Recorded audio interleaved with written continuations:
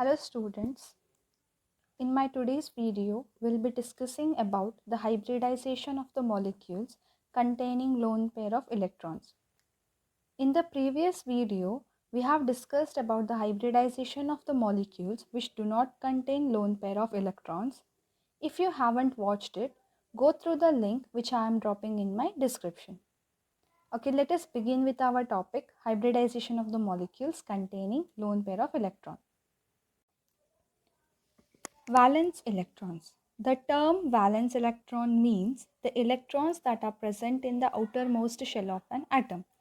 Let us understand this with an example. When you consider oxygen, so oxygen, atomic number of oxygen is 8. Its electronic configuration is 1s2, 2s2, 2p4. Now, if you consider an atom has a nucleus at its center surrounded by the shells. This becomes the first shell, this becomes the second shell, and so on. In our oxygen, we are having one. This one indicates first shell. Here you are having two, two. This two indicates it is second shell. So the first shell contains how many electrons? Two electrons. So 1 and 2. Similarly, the second shell contains how many electrons? 2 plus 4, 6 electrons. So 1, 2, 3, 4, 5, 6. Now, when you see this, you can say that one becomes inner shell, that is near the nucleus. We call it as inner shell or core shell. And the one which is present outside, we call it as the outermost shell or valence shell. So we can say that valence electron in oxygen are equal to 6. Why? Because our outermost shell contains 6 electrons. Let us take another example, nitrogen. Its atomic number is 7. So atomic number of nitrogen is 7. Its electronic configuration is 1s2, 2s2, 2p3. So when you say this, now no need to draw the diagram every time. You can see here which is the highest number, 2 and 2. So in 2, how many electrons do you have? 2 plus 3, which is equal to 5. So how many valence electrons do we have in nitrogen? There are 5 valence electrons in nitrogen. Now let us consider the formula which we can use to find out the hybridization of the molecules which contain lone pair of electrons. So you can note it down. Hybridization is equal to number of sigma bonds plus number of lone pair of electrons. Let me be clear to you. Whenever there is a single bond, we call it as a sigma bond. If at all you are having a double bond, one will be sigma, another will be pi bond. If you are having a triple bond, one will be sigma, remaining two will be pi bond. So note the formula contains only which bond? Sigma bond. Or else, as I have said you in my previous video, you can consider that whether it is a single bond, whether it is a double bond or triple bond, according to VSEPR postulate, it is considered as a single electron pair. You can remember that. What does that mean actually here? Don't say that there are two bonds. You have to consider this whole as a single bond. Even here, consider these three bonds as a single bond. Example, and find out the hybridization of the molecules which contain lone pair of electrons. So here you can see we have taken the example of water. The formula for water is H2O. What does that mean here? H2. Two hydrogens are attached to oxygen. That means oxygen will be written at the center. On one side it is bonded by hydrogen and on another side by another hydrogen. Now, simply by writing this, you cannot find its hybridization. Here belongs to oxygen, one electron belongs to hydrogen. One electron belongs to oxygen, one electron belongs to hydrogen. You have what I have said to you in the beginning. You have to know the valence electrons present. So, what are the valence electrons of oxygen atom? We have already seen it. Atomic number of oxygen is 8. Its electronic configuration is 1s2, 2s2, 2p4. Outermost shell contains how many electrons? 4 plus 2, 6 electrons. So how many valence electrons do we have in oxygen? 6 valence electron.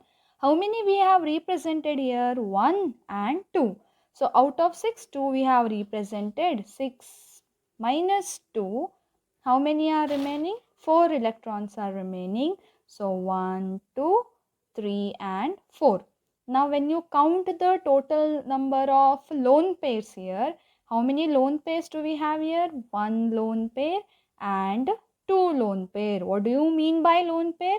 The one which are not involved in bonding, we call them as lone pair of electron. And the bonds formed, we call them as which bonds here? We call them as sigma bonds. So let us go to our formula. What was the formula? Hybridization was equal to number of sigma bonds. So how many bonds do we have here? 1 and 2. So 2 sigma bonds plus how many lone pair of electrons do we have here? 1 and 2. So it becomes 2 plus 2, which is equal to 4. All the order I had said you. So S comes first, then P how many times? 3 times, followed by D. D how many times? 5 times. So 3, 4 and 5. So here you can see 4. Split 4 as 1 plus 1 plus 1 plus 1. So how many 1 we have in 4? 1, 2, 3 and 4. So how many yes do we have here? 1 yes. So we can write simply as yes. How many P do we have here? 1, 2 and 3. So P raised to 3. So what is the hybridization here? sp3 hybridization. Let us go with another example. Sulfur is having 2 oxygens bonded to it. So what does that mean? Sulfur, one oxygen bonded to sulfur and another oxygen bonded to sulfur. Remember that oxygen and sulfur both belong to the same group, and the elements belonging to the same group have same valence electron. In my earlier example, we have calculated the valence electron of oxygen. It was 6 electron. Since sulfur belongs to the same group, sulfur will also have how many electrons? 6 electrons. Now here we have represented how many bonds. Each oxygen is forming single bond. We have represented. Keep in mind, oxygen can form 2 bonds. So here we have represented 2 bonds. Then this oxygen will also form 2 bonds. Now how many electrons are there around sulfur? 1, 2, 3, 4. How many valence electrons are actually present in sulfur? 6. So 4 we have represented. So 6 minus 4 is equal to 2. So 2 electrons are there. So here which is our lone pair? This becomes our lone pair of electron. And since double bond we are having, what I have said you, one will be sigma, another will be pi.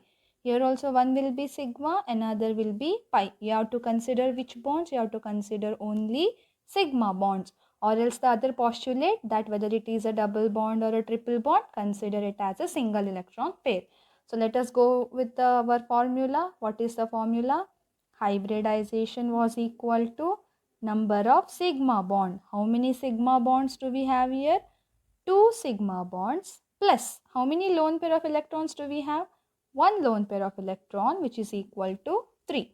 Now write the order S, then P how many times? 3 times. We are having 3. Write it as in the terms of 1 plus 1 plus 1. So how many times 1 we require? 1, 2 and 3. So how many yes do we have? 1 yes. How many P do we have? 2. So it becomes which hybridization?